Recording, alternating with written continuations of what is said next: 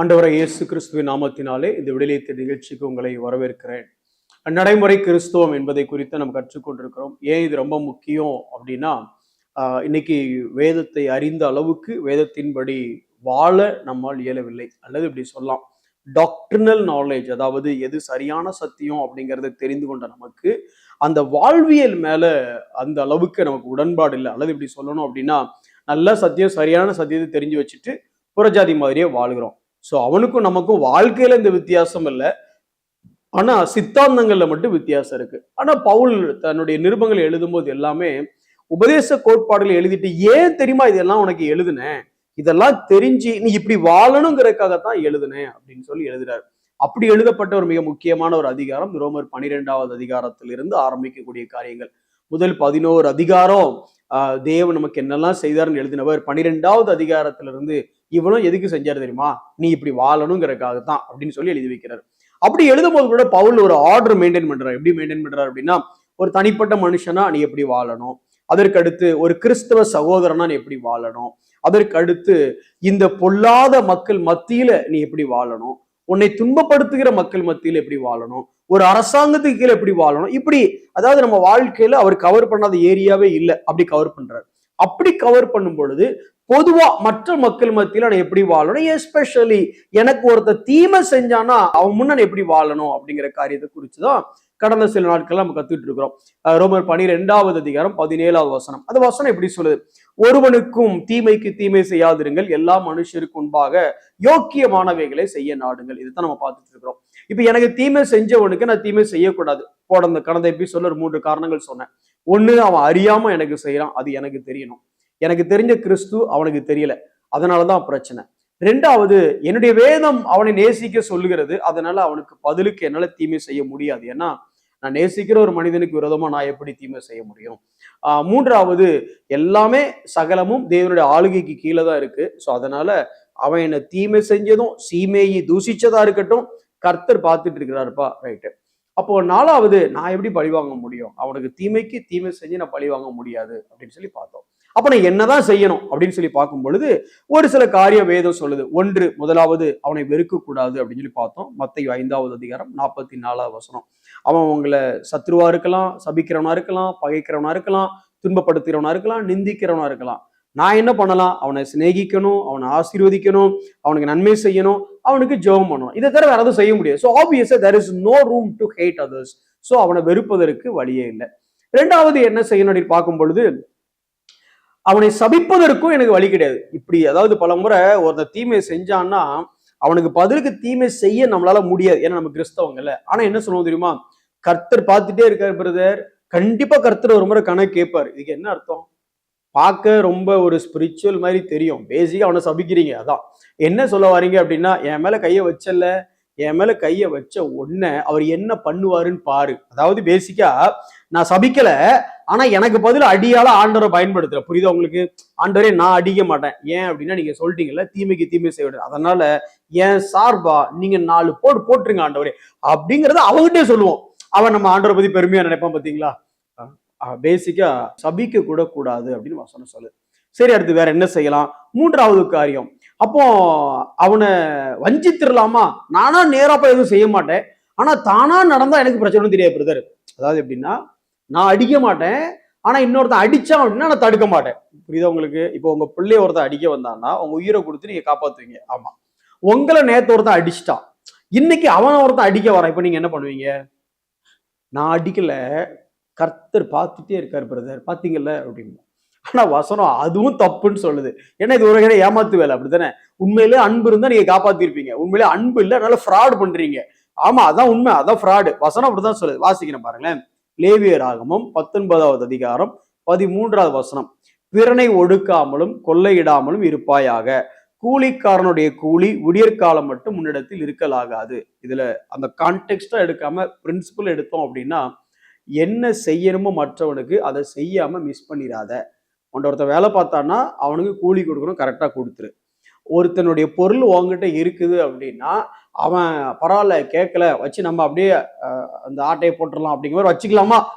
செய்யாது. அதே மாதிரி உன் கண்ணு முன்ன அவனுக்கு ஒரு அநியாயம் நடக்குது, உன்னை பகைத்தவன் தான், உனக்கு தீமை செஞ்சவன் தான். நீ நினைச்சா காப்பாற்ற முடியும்ல, நீ நினைச்சா அவனை ஹெல்ப் பண்ணிருக்கலாம், நினைச்சா அவனை விடுதலை பண்ணிருக்கலாம், நினைச்சா நீ இறங்கி காரியத்தை செஞ்சிருக்கலாம். ஆனா நீ செய்யல. ஏன் செய்யல தெரியுமா? ஏன்னா அவனுக்கு படட்டும் பிரதர் அப்படின்னு மனசுல ஒரு எண்ணம் இருந்துச்சு. இதுவும் தப்பு.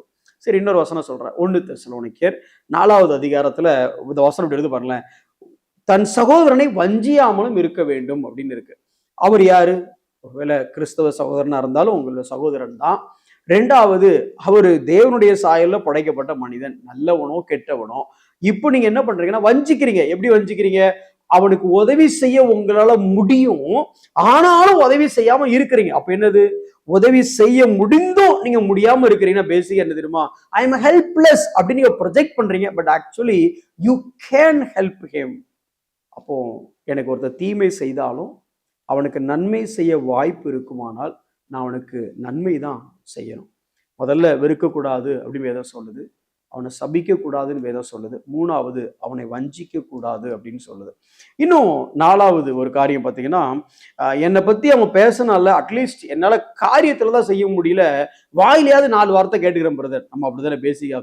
கிறிஸ்தவங்க அடிச்சா பதிலுக்கு அடிக்க மாட்டோம், ஏன்னா நம்ம ஆண்டவர் பிள்ளைல. ஆனா வாய் மட்டும் பார்த்தீங்கன்னு வச்சுட்டீங்களா, நமக்கு எவ்வளவோ அவனை அப்படி தொங்க விட முடியுமோ அப்படி தொங்க விட்டுருவோம்.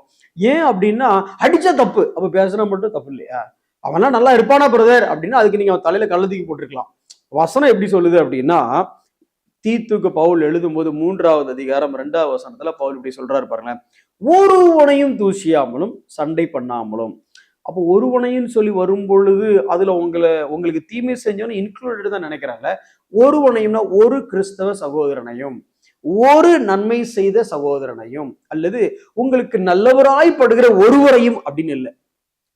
ஒருவனையும் தூஷியாமலும் சண்டை பண்ணாமலும் பொறுமை உள்ளவர்களாய் எல்லா மனுஷருக்கும், அந்த வார்த்தை தான் ரொம்ப முக்கியம், எல்லா மனுஷருக்கும் சாந்த குணத்தை காண்பிக்கும் பொருட்டு அப்படின்னு இருக்கு. அதாவது நான் யார் அப்படின்னா, கிறிஸ்து எப்படி சாந்தமா இருந்தாரோ அதே மாதிரி நான் சாந்தமா இருப்பேன் சர்ச்சுக்குள்ள இல்ல, சாந்தமா இருப்பேன் கிறிஸ்தவ சகோதரர்களுக்குள்ள இல்ல, சாந்தமா இருப்பேன் சந்த கடையில எனக்கு ஒருத்தர் தீமை செய்யும் போது கூட நான் சாந்தமா. இதுதான் கஷ்டம். வசனத்தை பிரசங்கம் பண்றது ஈஸி, இப்படி உட்கார்ந்து பிரசங்கம் பண்றது கூட ஈஸி. ஆனா இப்படி ஒரு பிரச்சனை நடக்கும்போது அங்கேயும் சாந்தமா இருப்போமா அப்படின்னா அதுதான் கஷ்டம். அதான் பிராக்டிகல் கிறிஸ்டியானிட்டி. இப்ப நான் உங்களுக்கு பிரசங்கம் பண்றேன், ஆனா என்ன ஒருத்தர் சந்த வீதியில வச்சு அடிச்சா நான் எப்படி ரியாக்ட் பண்ணுவேன்? ஆனா என் வசனம் என்ன சொல்லுது அப்படின்னா, தீமைக்கு தீமை செய்யாதன்னு சொல்ற இடத்துல என்ன வருது அப்படின்னா, வெறுக்காதன்னு சொல்லுது, சபிக்காதன்னு சொல்லுது, அவனை வஞ்சிக்காதன்னு சொல்லுது. அதையும் தாண்டி அவனுக்கு எதிரா தேவையில்லாத பேசிடாத.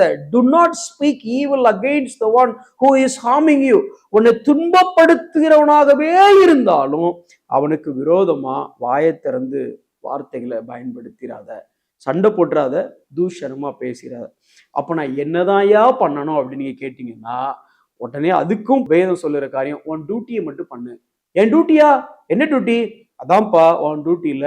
1 தீமோத்தேயு 2வது அதிகாரம் 1வது வசனத்துல கிறிஸ்தவனுடைய டியூட்டி என்ன அப்படின்னா, நான் பிரதானமாய் சொல்லுகிற புத்தி எனில் அப்படின்னு அங்க பவுல் எழுதுறார். அப்படின்னா ரொம்ப முக்கியமா சொல்ற அட்வைஸை கேட்டுக்கோ. என்ன அப்படின்னா, எல்லா மனுஷருக்காகவும் விண்ணப்பங்களையும் ஜெபங்களையும் வேண்டுதல்களையும் ஸ்தோத்திரங்களையும் பண்ண வேண்டும். கொஞ்சம் கவனிச்சு பாத்தீங்களா? எல்லா மனுஷருக்கும் ஜெபம் பண்ணுங்க அப்படின்னு ஒரே வார்த்தையில் எழுதியிருக்கலாம். ஆனா அங்க பவுல், அதாவது இந்த பைலிங் அப்னு சொல்லுவாங்க, அது யூத கலாச்சாரத்திலே அப்படிதான். உன் தேவனாகிய கர்த்தரை நேசிக்கணும், அன்பு கூறணும் மட்டும் சொல்லிக்கலாம். ஒரு முழு இருதயத்தோட, ஒரு முழு பலத்தோட, ஒரு முழு ஆத்மாவோட அப்படின்னா இன்னும் இன்னும் இன்னும் சீரியஸா சொல்றேன் பார் அப்படின்னு சொல்ற மாதிரி சொல்றாரு பாருங்களேன். எல்லா மனுஷருக்காகவும் விண்ணப்பங்களையும் ஜெபங்களையும் வேண்டுதல்களையும் ஸ்தோத்திரங்களையும் பண்ணணும். ஜெபம் பண்ணுன்னு 4 தடவை எழுதுறதுக்கு ஒரே வசனத்தில் எழுதுறாரு. உன் டியூட்டி என்ன? மேக்சிமம் உங்களுக்கு தீமை செய்யறவங்களுக்கு நீங்க என்ன பிரதர் தீமை என்ன செய்யலாம் பிரதர்? ஒன்னும் செய்ய முடியாது. வெறுக்க முடியாது, சபிக்க முடியாது, வஞ்சிக்க முடியாது, அவனுக்கு விரோதமா பேச முடியாது. அப்ப என்னதான் செய்யணும்? உன் டியூட்டியை மட்டும் செய். உன் டியூட்டி, ஃபர்ஸ்ட் டியூட்டி என்னது? ஜெபம் பண்ணு, அவனுக்காக ஜெபம் பண்ணு. சரி, வேற என்ன டியூட்டி இருக்கு? ஒருவேளை அவன் சந்தோஷப்பட்டானா அவன் கூட சந்தோஷப்படு. ஒருவேளை அவன் அழுதானா அவங்க கூட அழு. கொஞ்ச நாளைக்கு முன்னதான் படிச்சோம்ல, ரொம்ப 12வது அதிகாரம் 15வது வசனம். கிறிஸ்தவர்கள் சந்தோஷப்பட்டால் அவர்களோட சந்தோஷப்படு, கிறிஸ்தவர்கள் அழுதால் இல்லைங்க.